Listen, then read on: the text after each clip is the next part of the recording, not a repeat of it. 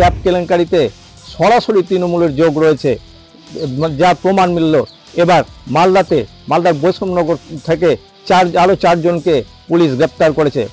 পূর্ব Bardhaman police কয়েকদিন আগে এসে বৈষ্ণবনগরের একজনকে পুলিশ গ্রেপ্তার করে, তারপর তাকে জিজ্ঞাসাবাদের পর আরও 4 জনকে পুলিশ ইতিমধ্যে গ্রেপ্তার করেছে বৈষ্ণবনগর থেকে, যার মধ্যে 4 জনের নাম হলো জামাল শেখ, রকি শেখ, পিন্টু শেখ এবং শোভন সরকার।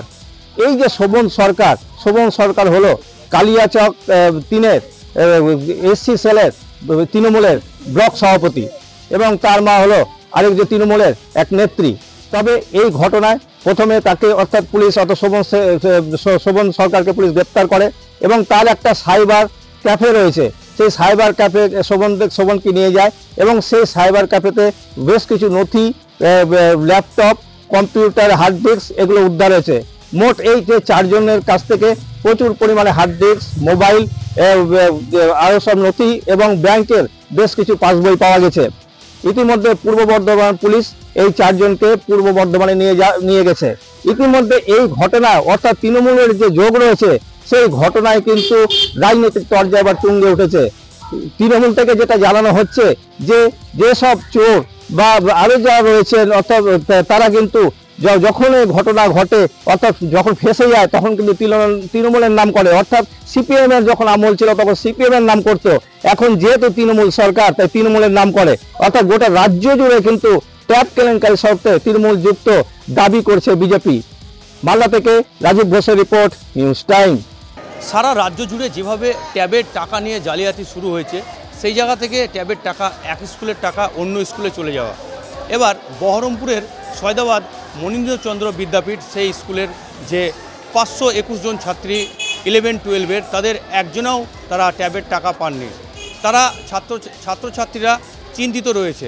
আমরা স্কুলের ভারপ্রাপ্ত শিক্ষকের সঙ্গে কথা বললাম, তিনি জানিয়েছেন যে এই ব্যাপারে তিনি ডিআইকে জানিয়েছেন 2-1 দিনের মধ্যে টাকা ঢুকে যাবে। তবে ছাত্রছাত্রীরা মনে করছেন যেভাবে জালিয়াতি শুরু হয়েছে তারা কি এখন টাকা পাবে না পাবে না সেটাই এখন দেখার। মুর্শিদাবাদ থেকে মোহাম্মদ রফির রিপোর্ট, নিউজ টাইম। উত্তর দিনাজপুরের চোপড়া থেকে আরও একজনকে ট্যাপ কেলেঙ্কারির পুলিশ গ্রেপ্তার করেছে। নাম নূর আলম, বাড়ি উত্তর দিনাজপুর জেলারই চুটিয়াখোর এলাকাতে।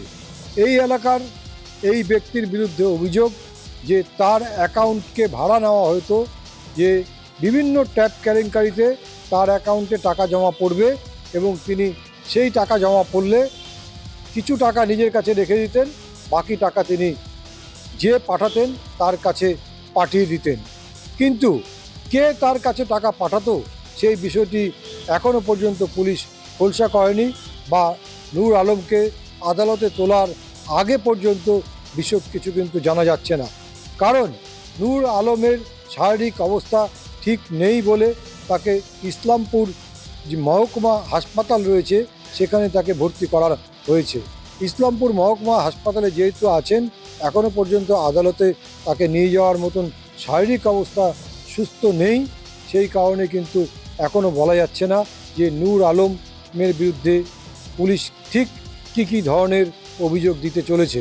তবে এই বিষয়টি কিন্তু পুলিশ পরিষ্কার করেছে যে নূর আলমকেও কিন্তু জেলার যে আরও 5 জনকে গ্রেপ্তার করেছে ট্যাপ কেলেঙ্কারিতে, তাদেরই মতন কিন্তু এই নূর আলমও কিন্তু ট্যাপ কেলেঙ্কারির সাথে যুক্ত।